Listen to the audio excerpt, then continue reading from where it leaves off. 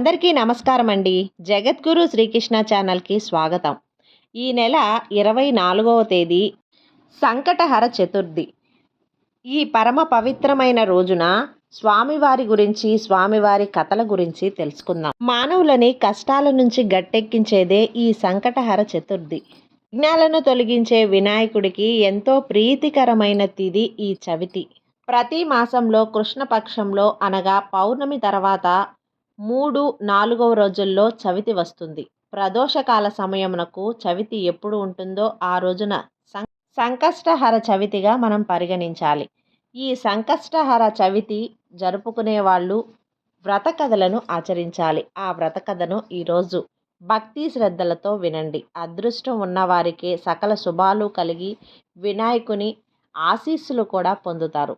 ఒకనాడు ఇంద్రుడు తన విమానంలో భృగండి అంటే వినాయకుని గొప్ప భక్తుడు అనే ఋషి దగ్గర నుంచి ఇంద్రలోకానికి తిరిగి వెళ్తుండగా గర్సేన్ అనే రాజు రాజ్యం దాటే సమయంలో అనేక పాపాలు చేసిన ఒకానొక వ్యక్తి ఆకాశంలో పయనించే ఆ విమానంపై దృష్టి సాగించాడు.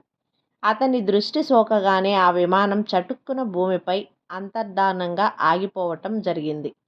ఆ ఇంద్ర విమానం అద్భుతమైన వెలుగుకి ఆశ్చర్యకితుడైన ఆ దేశపు రాజు సూరసేనుడు గబగబా బయటకు వచ్చి ఆ అద్భుతాన్ని, ఆశ్చర్యాన్ని తిలకించసాగాడు.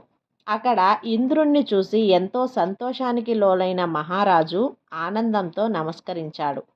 ఇంద్రునితో ఇక్కడ విమానం ఎందుకు ఆపినారో కారణం అడిగాడు. అప్పుడు ఇంద్రుడు, ఓ రాజా, మీ రాజ్యంలో పాపాలు అధికంగా చేసిన వ్యక్తి ఎవరిదో దృష్టి సోకి విమానం మార్గమధ్యలో అంతర్ధార్థంగా ఆగింది అని చెప్పాడు.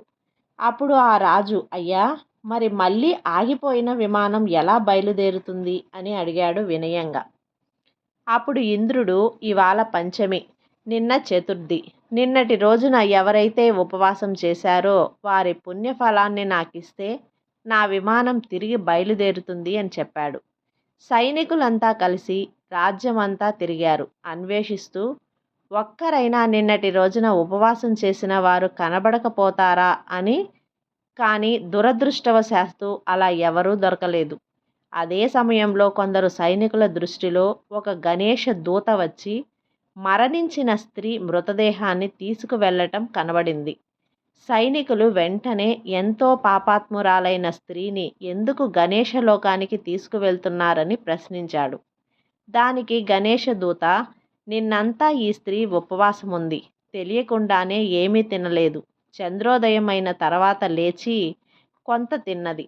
రాత్రంతా నిద్రించి చంద్రోదయ సమయాన నిద్రలేచి కొంత తినటం వల్ల ఆమెకు తెలియకుండానే సంకష్ట చతుర్థి వ్రతం చేసింది. ఈరోజు మరణించింది అని చెప్పాడు.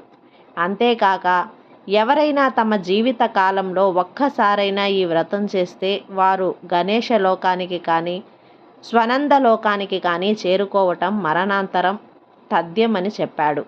గణేశుని దూతని అప్పుడు సైనికులు ఎంతో బతిమలాడారు ఆ స్త్రీ మృతదేహాన్ని తమకిమ్మని. అలా చేస్తే విమానం తిరిగి బయలుదేరుతుందని ఎంతో చెప్పారు. ఆమె పుణ్యఫలాన్ని వారికి ఇవ్వటానికి గణేశుని దూత అంగీకరించలేదు. ఆమె దేహం మించి వీచిన గాలి ఆ విమానం ఆగిపోయిన చోట చేరి విస్ఫోటనం కలిగించింది. మృతదేహం పుణ్యఫలం పొందింది కావటం వలన ఆ దేహాన్ని తాకిన గాలి సైతం పుణ్యం పొందింది.